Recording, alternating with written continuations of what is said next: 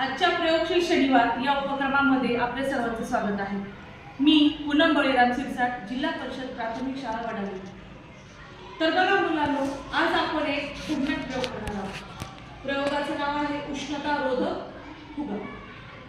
तर मग आता ह्या प्रयोगासाठी काय लागणार आहे आपल्याला? तर एक मेणबत्ती, माचीस, एक हवेने भरलेला फुगा आणि एक थोड्याशा पाण्याने भरलेला फुगा। तर बघा, आपण आता प्रयोगाला सुरुवात करूया। आता सर्वप्रथम मी काय करणार? मेणबत्ती पेटवून घेणार।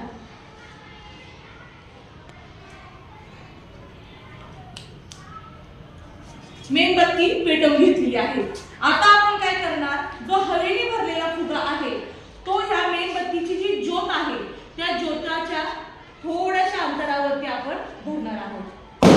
बघा काय झालं? फुगा फुटला आणि मेणबत्ती सुद्धा विझली। बर, हे कशामुळे झालं? तर मेणबत्ती ज्यावेळेस जळत होती त्यावेळेस त्या ज्योतीची जी उष्णता होती त्या उष्णतेमुळे काय झालं? त्या फुग्याचा जो भाग होता तो वितळला आणि त्याच्यामुळे फुगा फुटला। आता परत पुढचा प्रयोग बघा कसं करणार आहे।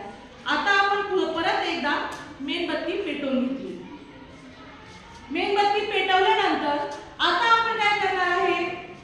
हा जो थोड्याशा पाण्याने भरलेला फुगा आहे तो ह्या मेणबत्तीची जी ज्योत आहे त्या ज्योतच्या काही अंतरावरती पकडणार आहे।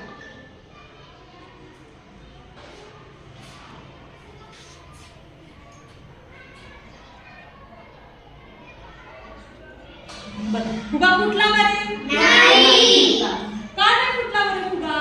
कारण ह्या फुग्यामध्ये जे असलेलं पाणी आहे ते पाणी उष्णता शोषून घेतं। तर ह्या मेणबत्तीच्या ज्योतीमध्ये जी उष्णता होती ती उष्णता या फुग्यातलं जे पाणी आहे त्या पाण्याने शोषून घेतली।